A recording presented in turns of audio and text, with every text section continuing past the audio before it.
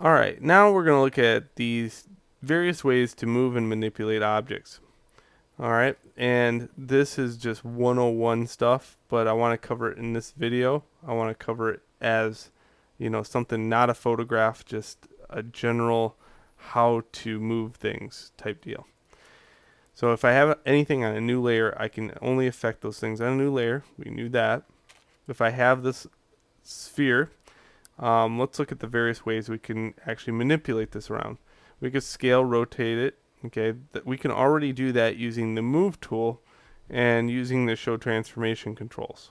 Okay, and of course, if you use Alt and Shift at the same time, you can uniformly scale something. If you hold Shift, you can uniformly scale something, but it's not at the center point. So Alt and Shift, just Shift. Okay. So get used to using the Alt Shift or Shift. And if you don't want to scale it uniformly, you can just choose to do this, where you can flip it upside down, or or warp it this way also. That's pretty easy to wrap your head around. Now, skew. Well, skew, what that allows me to do is move it here. I can move these points in if I wanted to, but I can't ever cross the axes. So that's skew. And if I don't want to apply any of these, I just go to the move tool and say don't apply. If I go to distort, well, distort allows me to do all of it. It allows me to do this, and cross the axes. So, and I can also pull it this way.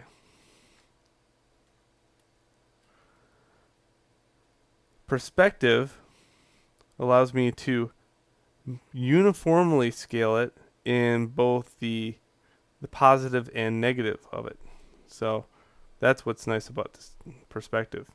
So if I need to put this on a different kind of perspective, like let's say I put a sign, if I take a picture of something and I need to put a sign in that area and it has a perspective in the drawing, I can do that very quickly using perspective, just by scaling the actual sign.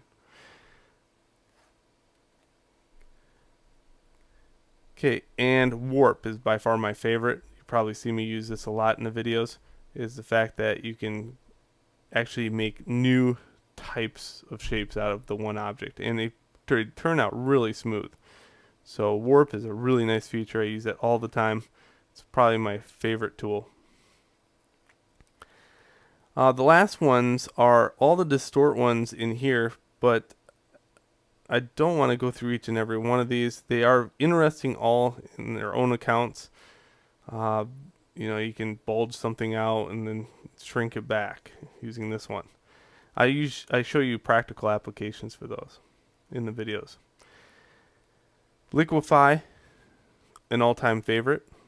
You can use the Liquify move tool and you can make finite adjustments to the shape. Be careful, Liquify does lag quite a bit though. It is very laggy.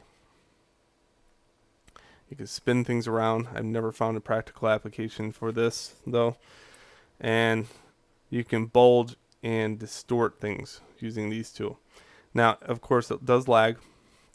So if you get caught into a lag situation, hit escape a few times and most likely it'll pop out of its gunk and then start actually working correctly. See how after I hit escape a few times, it'll snap out of it and then start warping. So large changes on a scenario, make sure your machine can actually handle those, because if you don't, you're going to be stuck in this mode.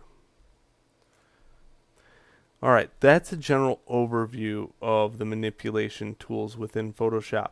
Now I want to show you practical applications for them in the videos. So please move on to the next video.